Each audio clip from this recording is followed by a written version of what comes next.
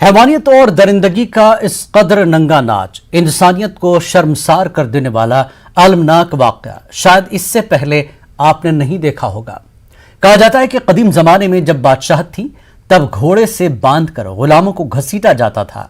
वो वक्त बादशाहत और गुलामी का दौर था, लेकिन मध्य प्रदेश के नीमच की ये तस्वीर एक आज़ाद मुल्क की है जहां गुलाम ज़हनियत के हामिलीन जुल्म सितम करने में जरा बराबर भी तामुल नहीं करते। जिस शख्स को ट्रक से बांधकर घसीटा जा रहा है उसकी अब मौत वाक़ई हो चुकी है। ये मौत से पहले की तस्वीर है। दरअसल आदिवासी कन्हैया लाल को चोरी के इल्जाम में पकड़ा गया। पहले इस शख्स को खूब ज़िदोकूब किया गया, बाद में उसे ट्रक से बांधा गया और काफी दूर तक घसीटा गया। महलूक कन्हैया लाल को नजदीकी अस्पताल में एडमिट कराया गया। इलाज के दौरान जख्मों की ताब न लाकर वो हलाक हो गया। इन हैवान सिफत इंसानों की सिनाजोरी तो देखिए। उन्होंने इस दर्दनाक वाक़े को कैमरे में कैद भी किया और इसे वायरल भी किया। बहरहाल इस मामले में 8 अफराद के खिलाफ मुकदमा दर्ज कर लिया गया है। वहीं छेतर गुजर महेंद्र गुज्जर समेत 5 मुलजमीन को गिरफ्तार किया गया है, जबकि ड्राइवर और कंडक्टर से पूछताछ जारी है। आज नीमच के अंदर कन्हैया भील की हत्या हुई, ये तमाम घटनाएं उसका स्वरूप है कि जिस तरह से मंत्रियों के बयानबाजी है। इंदौर की घटना पे मैंने स्वयं कहा था कि अगर उसी टाइम सरकार सही निर्णय लेती, आरोपियों को दंडित कराती और कार्रवाई करती और माहौल खराब करने का काम सरकार नहीं करती तो आज नीमच की घटना नहीं होती। नीमच की घटना के जिम्मेदार जो मंत्री हैं उनको तत्काल शिवराज सिंह में अगर वास्तव में साहस है, नैतिकता है, तो वास्तव में गवर्नर और शिवराज सिंह को निर्णय लेना चाहिए, ऐसे मंत्रियों को बर्खास्त करना चाहिए।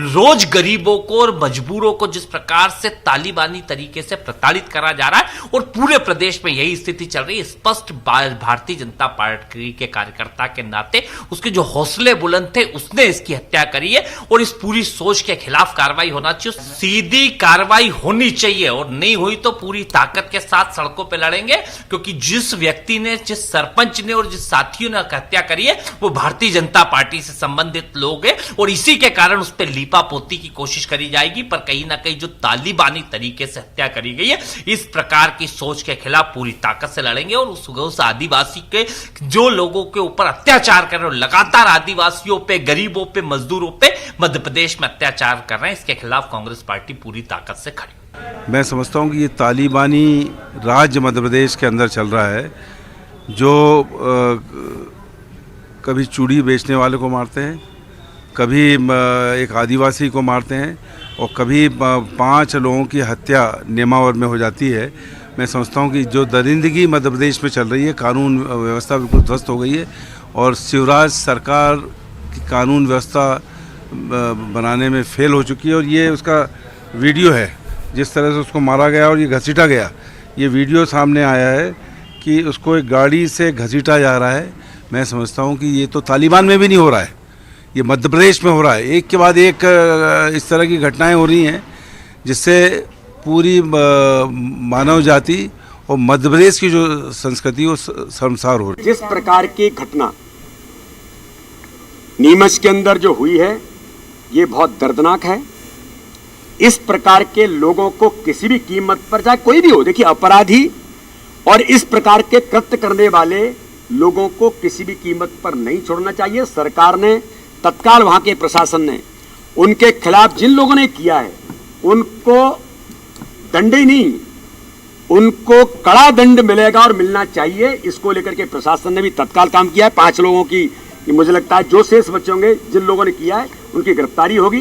विपक्ष को केवल हर चीज पर राजनीति नहीं करनी चाहिए, लेकिन जब ऐसे लोगों ने कृत्य किया है, सरकार ने इमीडिएट एक्शन करके उनको जेल के, मैंने कहा ना, सींकचों में ही नहीं ले जाएंगे, उनको कड़े से कड़ा दंड मिलेगा। और जिस व्यक्ति के साथ, मेरी बहुत संवेदनाएं और उनके प्रति हम ऐसे लोगों के साथ खड़े जो गरीब व्यक्ति के साथ इस प्रकार की घटना हुई है।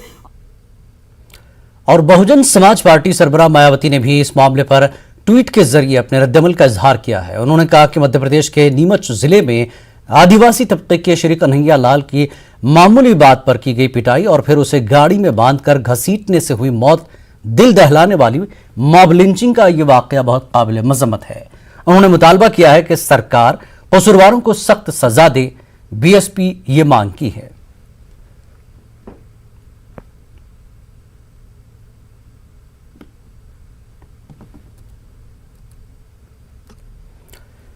और मध्य प्रदेश में फरकाना हम आहंगी को मुस्तकिल खराब करने की कोशिश की जा रही है। इंदौर, देवास और नीमच के बाद अब एक तस्वीर उज्जैन जिले से आ रही है। सोशल मीडिया पर वायरल वीडियो में कुछ शरपसंद अनासर देखे जा रहे हैं जो एक कबाड़ी वाले को जय श्री राम के नारे लगवाने पर मजबूर कर रहे हैं। इस हवाले से उन्हें मारने की धमकी भी दी जा रही है। ये तस्वीर बहरहाल डराने वाली है और ये वायरल वीडियो मुल्क की गंगा जमनी तहजीब पर कारी जर्ब लगाने वाली है।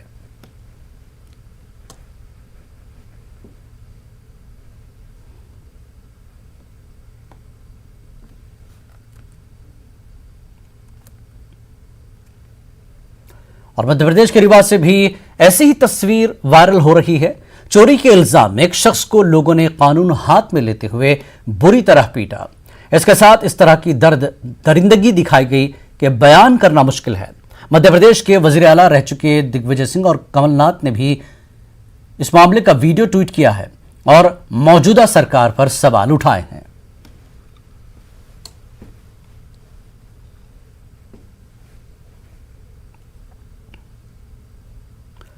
अलीगढ़ के रुकने पार्लियामेंट सतीश गौतम अपने बयानों को लेकर अक्सर सुर्खियों में रहते हैं। अब उनका एक वीडियो सोशल मीडिया पर वायरल हो रहा है जिसमें वो अलीगढ़ के एसएसपी के फरमान के ताल्लुक से एसपी ट्रैफिक से बात करते हुए उन्हें धमका रहे हैं और कह रहे हैं कि कप्तान के जो दिल में आए तो वो करेगा और फतवा जारी करेगा। पूरा मामला टेम्पो ड्राइवरों से जुड़ा हुआ है। अलीगढ़ के अतरौली इलाके से अलीगढ़ शहर तक चलने वाले टेम्पो के शहर में दाखिले पर ट्रैफिक के नुक्ते नज़र से पाबंदी आयद कर दी गई है, जिसके बाद सभी tempo driver member parliament Aligarh Satish Gautam से मिलने पहुंचे थे।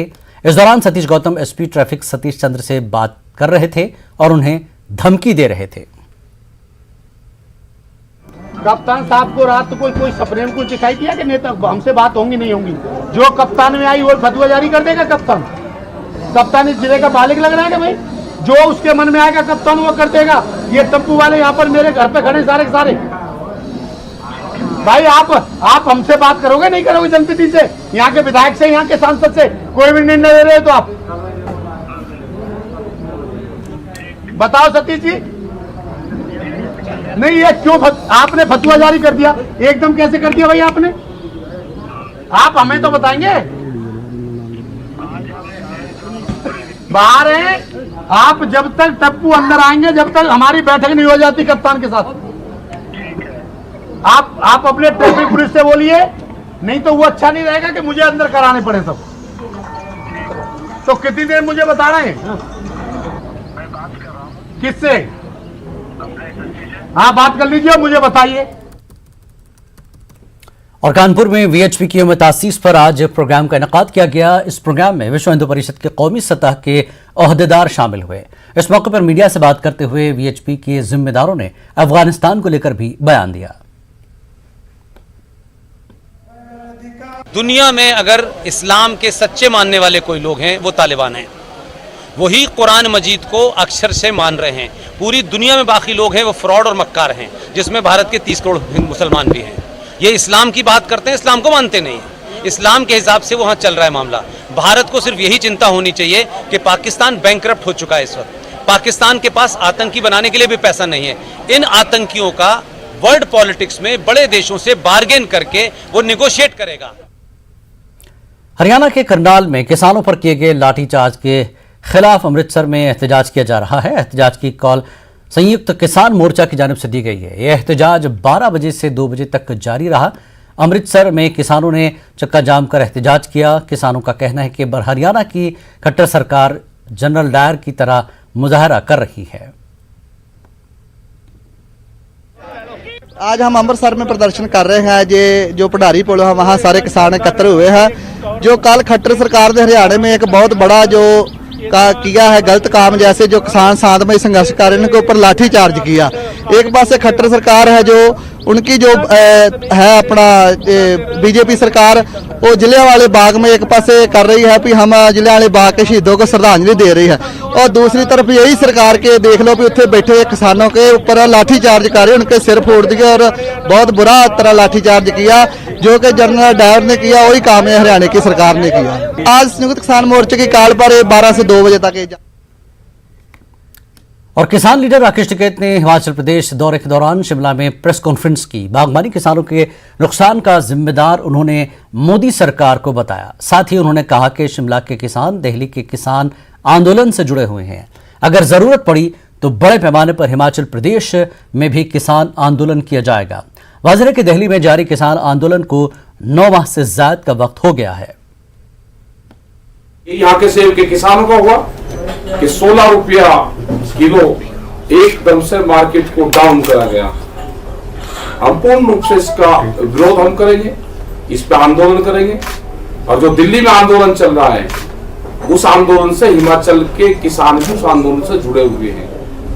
हमने बार बार सरकार को कहा है 3 जो कानून हैं वे काले कानून हैं, उनमें संशोधन नहीं, उनको वापसी चाहिए और एमएसपी पे गारंटी कानून चाहिए। तो यहाँ का वेजिटेबल्स का किसान है, वो दूसरी चीजों का किसान है। और सबसे जो लेटेस्ट जो मार पड़ी है अभी 4 और 5 दिन के अंदर, जो सेब का किसान है जिसका करीब 5-6 हजार करोड़ रुपए का एक बड़ा यहाँ पे व्यापार था, उसके खाते में पैसे जाते थे, ये उस पे जो नुकसान होगा उसकी जिम्मेदारी भारत सरकार की होगी, उसकी जिम्मेदारी स्टेट गवर्नमेंट की होगी। और जो यहाँ पे बागवानी का जो किसान है, जब अप्रैल में ओलावृष्टि हुई बेमौसम, उससे भी करीब 1000-2000 करोड़ रुपए के पेड़ का नुकसान हुआ। तो यहाँ के लोग भी इस आंदोलन से जुड़े हुए हैं और मूवमेंट करना होगा तो ये मूवमेंट यहाँ पे होगा और बड़े स्तर पे यहाँ के लोग दिल्ली के आंदोलन से। अलीगढ़ में कांग्रेस लीडरान ने अलीगढ़ के नाम को तब्दील कर हरिगढ़ किए जाने की तजवीज के खिलाफ एहतजाज किया। यह एहतजाज जिला पंचायत के खिलाफ किया गया। इस मौके पर जिला पंचायत होश में आओ जैसे नारे लगाए गए। कांग्रेस लीडरों ने मुतालबा किया कि अलीगढ़ को हरिगढ़ किए जाने की तजवीज को वापस लिया जाए। वाज़ेह है कि कुछ दिनों कबल ही जिला पंचायत ने अलीगढ़ के नाम को तब्दील किए जाने की तजवीज हुकूमत को रवाना की, जिस पर सियासत तेज है। देखिए, अलीगढ़ जिला पंचायत ने जिस तरह से अलीगढ़ का नाम आनन फानन में अपनी ऊंची राजनीति के चलते उसका नाम बदलने का जो प्रस्ताव पास कर सरकार को भेजा है, आज उसके विरोध में पूरे अलीगढ़ वासी हमारे साथ सड़कों पर उतरे हैं। आज अलीगढ़ के लोग कहते हैं अलीगढ़ जान है मेरी और अलीगढ़ मेरी पहचान है। अलीगढ़ का अपमान अलीगढ़ नहीं सहने वाला, क्योंकि जिस अलीगढ़ ने इन लोगों को जिला पंचायत को के तमाम सदस्यों को और अध्यक्षों को अभी चुनकर जिताया है, उस अलीगढ़ का ही अपमान, अलीगढ़ के वासियों का अपमान ये लोग कर रहे हैं। हम ये कहते हैं ये पूरे यूपी में सिलसिला जारी है। यहाँ पर अलीगढ़ का नाम हरिगढ़ किया गया। अभी ये पता चला है कि सुल्तानपुर का नाम लॉर्ड रामा के नाम से कुछ ऐसा किया गया। ये कहीं ना कहीं ये संविधान की शपथ खाकर ये तमाम मुख्यमंत्री और मंत्री लोग ये हुकूमत चला रहे हैं। इनको ये सोचना चाहिए कि इन्होंने संविधान की शपथ में क्या कहा है। हर किसी का मान सम्मान करना इनका कर्तव्य ही नहीं, इनका दायित्व है। बावजूद इसके ये कहीं ना कहीं पूरी तरह से यूपी में विफल हो चुके हैं। महंगाई के मुद्दे पर, रोजगार के मुद्दे पर आज हमारी सीधी मांग है कि अलीगढ़ के प्रस्ताव को सीधा रद्द किया जाए, क्योंकि यहाँ पर कोई ऐतिहासिक तथ्य भी नहीं है। जो नाम बदलकर इन्होंने किया है वो नाम कभी इस अलीगढ़ का पहले था भी नहीं। पेट्रोल, डीजल और खुर्दनी तेल की कीमतों में इजाफे के अलावा महंगाई की मार झेल रहे अवाम को एक बार फिर झटका लगा है। इंद्रप्रस्थ गैस लिमिटेड ने एक बार फिर सीएनजी और पीएनजी की कीमतों में इजाफा किया है। दिल्ली, गाजियाबाद, नोएडा, ग्रेटर नोएडा में नई कीमतें आज यानी 29 अगस्त को सुबह 6 बजे से नाफिज हो गई हैं। आम लोगों को फिलहाल इस बढ़ती हुई महंगाई से राहत मिलती हुई नजर नहीं आ रही है। अभी कुछ दिन पहले ही रसोई गैस की कीमत में बढ़ोतरी हुई थी, वहीं अब आईजीएल ने यानी कि सीएनजी और पीएनजी जो गैसें हैं उनके भी रेट बढ़ा दिए गए हैं। हालांकि राजधानी दिल्ली की अगर बात करें तो राजधानी दिल्ली में सीएनजी का जो रेट है वो 90 पैसा बढ़ा दिया गया है, जहां पर अब सीएनजी का जो रेट है वो 45 रुपए 20 पैसे हो गए हैं। वहीं उत्तर प्रदेश में सीएनजी का जो रेट है वो अब फिलहाल 51 रुपए हो गए हैं। अगर बात करें पीएनजी की तो पीएनजी में भी 1 रुपए 20 रुपए पैसे की कहीं ना कहीं बढ़ोतरी देखी गई है। बहरहाल ये जो पूरी बढ़ोतरी हुई है वो दिल्ली एनसीआर में आज सुबह से ही लागू कर दी गई है, यानी कि आज से ही सीएनजी के जो रेट्स हैं वो लागू कर दिए गए हैं। आप देख भी सकते हैं कि तमाम जो लोग हैं वो फिलहाल सीएनजी के जो स्टेशंस हैं वहाँ पर फिलहाल जो गैस है वो भराने आ भी रहे हैं। सबसे महत्वपूर्ण बात है कि आज रविवार का दिन है, इसलिए जो सीएनजी पंप हैं वहाँ पर जो भीड़ है वो नहीं देखने को मिल रही है, लेकिन जो रेट है वो बढ़ गए हैं, यानी कि अब तमाम दिल्ली एनसीआर में जो सीएनजी के रेट्स हैं उनको बढ़ा दिया गया है और जो नए रेट हैं उनको लागू कर दिया गया है। यानी कि राजधानी दिल्ली में अगर आप सीएनजी भरा रहे हैं तो उसका रेट होगा 45 रुपये 20 रुपये 20 पैसे प्रति किलोग्राम। वहीं अगर आप उत्तर प्रदेश में सीएनजी भरा रहे हैं तो उसका रेट होगा 51 रुपये प्रति किलोग्राम। कैमरामैन अंकित के साथ सुशील पांडे, न्यूज 18 दिल्ली। बाद पुलिस ने सरकारी हेल्थ सेंटर से चोरी किए गए बच्चे को तलाश कर लिया। पुलिस ने इस मामले में 3 अफराद को गिरफ्तार किया है। दरअसल गाजियाबाद के थाना मुरादनगर इलाके में वाक़ सरकारी कम्युनिटी सेहत मरकज से शनिचर को एक मासूम बच्चे को चुरा लिया गया था। अस्पताल से चोरी हो जाने के बाद बच्चे के अहल खाना ने जमकर अस्पताल में हंगामा किया था। बरहम रिश्तेदारों ने सड़क को भी जाम कर दिया था। कल थाना मुरादनगर के अंतर्गत सीएससी मुरादनगर से एक घटना प्रकाश में आई थी, जिसमें कि लगभग सुबह के 3 से 4 बजे के बीच में एक बच्चा जो कि 2 दिन का था, उसको कुछ लोगों ने वहां से गायब कर दिया था और वहां से ले गए थे। इसमें तत्काल 3 टीमें गठित की गई थी, जिसमें कि थाने की टीम, थाना मुरादनगर की टीम, जनपद स्वाट और एसओजी देहात की टीमें लगातार इसमें जुट गई थी सुबह से ही काम करने में। और मैनुअल सूचना के आधार पर एवं सीसीटीवी के माध्यम से हम लोग उनको चिन्हित करने का प्रयास कर रहे थे। इसमें लगातार टीमें अच्छा काम करती रहीं और अंततः शाम को हमें सफलता मिली और बच्चे को सकुशल हम लोगों। Directorate general of civil aviation यानी डीजीसीए ने बैनुल-अक़वामी शेड्यूल कमर्शियल मुसाफिर परवाजों पर पाबंदी में तौसी कर दी है, जिसकी मुद्दत 31 अगस्त को खत्म होनी थी। अब इस पाबंदी में 30 सितंबर तक तौसी की गई है। डीजीसीए ने एक सर्कुलर में कहा कि मजाज अथॉरिटी के जरिए मुंतखब करदा रास्तों पर बैनुल-अक़वामी शेड्यूल परवाजों की इजाजत दी जा सकती है। ये पाबंदी डीजीसीए की मंजूर शुदा परवाजों पर लागू नहीं होगी।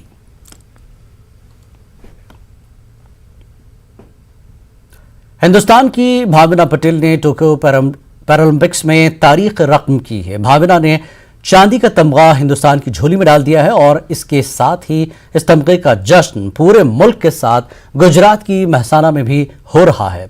वाज़ेह कि भावना पटेल का मुकाबला फाइनल में चीनी खिलाड़ी से हुआ था, जिसमें भावना पटेल को शिकस्त का सामना करना पड़ा। तरफ से मैं बहुत खुश भी हूँ और एक तरफ से थोड़ा नर्वसनेस था, तो उसकी वजह से मैं अपना जितना 100% देना चाहिए था वो नहीं दे पाई। उसकी वजह से मुझे थोड़ा मतलब मैं थोड़ा उसके लिए सेटिस्फाइड नहीं हूँ, थोड़ा दुख भी फील हो रहा है। लेकिन मुझे ये भी है कि मैं ये कमी जो इस बार रही है वो नेक्स्ट टूर्नामेंट में जरूर पूरा करने की कोशिश करूंगी। आपने अभी बोला कि आप नर्वस थी, बट आपके चेहरे पे कभी लगता ही नहीं है, मतलब आप बहुत ही काम और कंपोज रहती हैं पूरे मैच के दौरान, जब आप ऑलमोस्ट मतलब पॉइंट टू पॉइंट थी जोइंग पे। आप उसके बारे में क्या बताएंगे?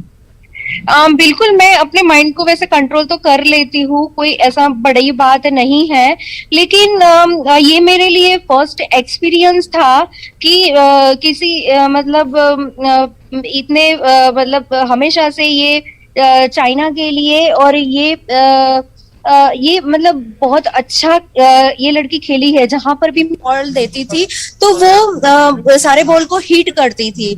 अब क्योंकि उसका मूवमेंट भी इतना फास्ट है, उसको इतना एक्सपीरियंस भी है, जिसकी वजह से मैं थोड़ा मतलब उसी फील्ड में मतलब थोड़ा नर्वस हो गई थी।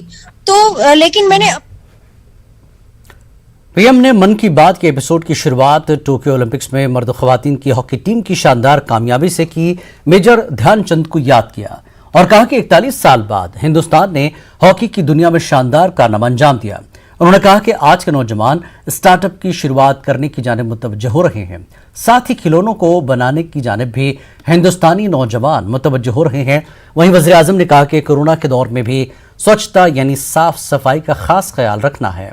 स्वच्छ भारत अभियान को भूलना नहीं है, पीएम ने एमपी के इंदौर की साफ सफाई का जिक्र किया। कोरोना को लेकर एक बार फिर पीएम ने कहा, दवाई भी कड़ाई भी। हम सबको पता है आज मेजर ध्यानचंद जी की जन्म जयंती है और हमारा देश उनकी स्मृति में इसे राष्ट्रीय खेल दिवस के रूप में मनाता भी है। मैं सोच रहा था कि शायद इस समय मेजर ध्यानचंद जी की आत्मा जहां भी होगी बहुत ही प्रसन्नता का अनुभव करती। हाल ही में इंतकाल करने वाले कर्नाटक के मारूफ आलिम दीन अहले सुन्नतुल जमात की अजीम शख्सियत अल्लामा सैयद कमरुल्लाह शाह कादरी नूरी की याद में बेंगलुरु में महफिल नात का इनकाद अमल में आया। बेंगलुरु के मशहूर नात ख्वां ने हजरत मोहम्मद सल्लल्लाहु अलैहि वसल्लम की शान में कलाम पेश करते हुए खूबसूरत समा बांधा। जलसे के मुंतजिम ज़बीउल्लाह आमरी ने कहा कि सैयद कमरुल्लाह शाह कादरी एक ही मस्जिद में 53 साल तक इमाम के मनसब पर फायज रहे। मुख्तलिफ सुन्नी तंजीमों की सरपरस्ती और सदारत फरमाई, नौजवानों की इस्लाह और तरबियत की जानिब खास तवज्जो फरमाई। आखिर दम तक कौम और मिल्लत की खिदमत अंजाम देते हुए 73 साल की उम्र में अपने मालिक हकीकी से जा मिले। 23 जुलाई 2021 को अल्लामा सैयद कमरुल्लाह शाह की वफात हुई। पहले चहलुम के मौके पर नातख्वानी का एहतमाम करते हुए अल्लामा सैयद कमरुल्लाह शाह कादरी की हयात और खिदमात पर रोशनी डाली गई।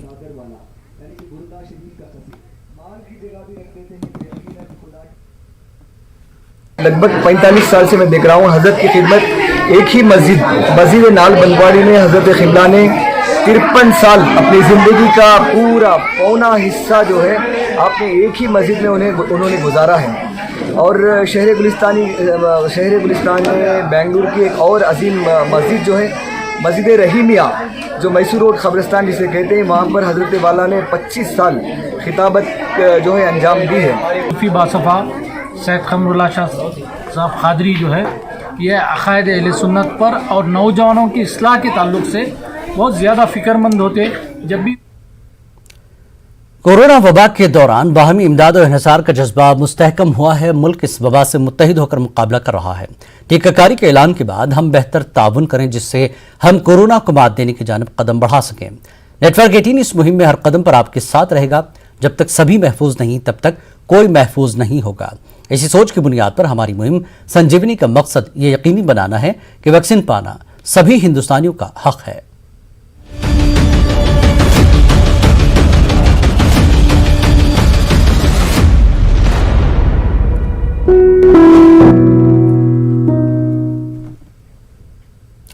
क्या सैनिटाइजर नुकसानदेह है? क्या टीके आपके डीएनए को मुतासर करते हैं? क्या टीकाकारी आपको कोविड-19 से मुतासर कर सकता है? क्या ये कुछ सवाल आपके ख्याल में आते हैं? खैर, अब एक जगह है जहां आपके सभी सवालों का जवाब दिया जा सकता है और ये सब आपके फ़ोन पर। नेटवर्क 18 और फेडरल बैंक की कौमी सतह की टीकाकारी से मुताल्लिक बेदारी मुहिम के तहत कोविड-19 के खिलाफ Sanjeevani a shot of life Sanjeevani WhatsApp helpline शुरू की गई है।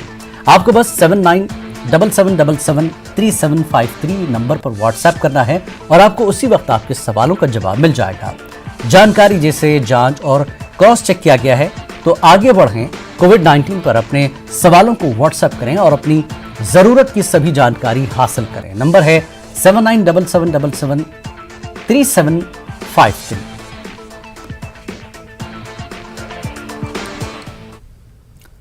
पिछले साल न्यूज़ 18 और बायजूस की एक नई पहल ने आपको कई ऐसे यंग जीनियस से मिलवाया जिन्हें देखकर हम सब हैरत में पड़ गए।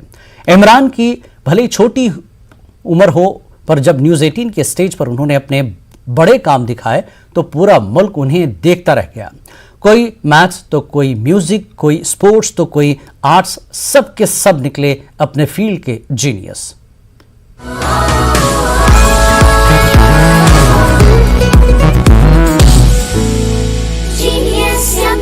ऐसे और यंग जीनियस को फिर पूरे मुल्क में मिलवाने के लिए तो फिर अगर आप भी जानते हैं ऐसे और यंग जीनियस को तो फिर रजिस्टर कीजिए news18.com/younggenius पर या बायजूस ऐप डाउनलोड करके जानिए जीनियस सेक्शन में, क्योंकि शुरू होने जा रहा है Byju's young genius season 2 news 18 की पहल।